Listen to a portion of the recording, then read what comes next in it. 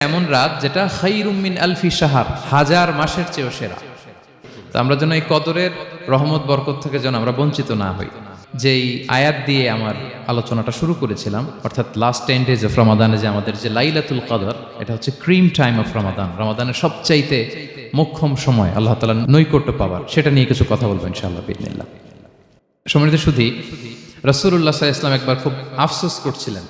তিনি যখন শুনতে পেলেন যে বনি ইসরায়েলের অনেক অনেক লোক হাজার বছর হায়াত পেত, তারা শত শত বছর ইবাদত করত, শত শত বছর তারা জিহাদ করত, তখন তিনি আফসোস করে বললেন, হায় রে, আমার শেষ সময়ের উম্মতের কি হবে?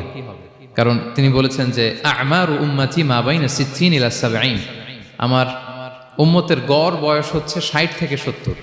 ওয়া আকাল্লুহুম মান ইয়াজুজু যালিক, খুব অল্প সংখ্যক লোকই এর চেয়ে বেশি হায়াত পেয়েছে।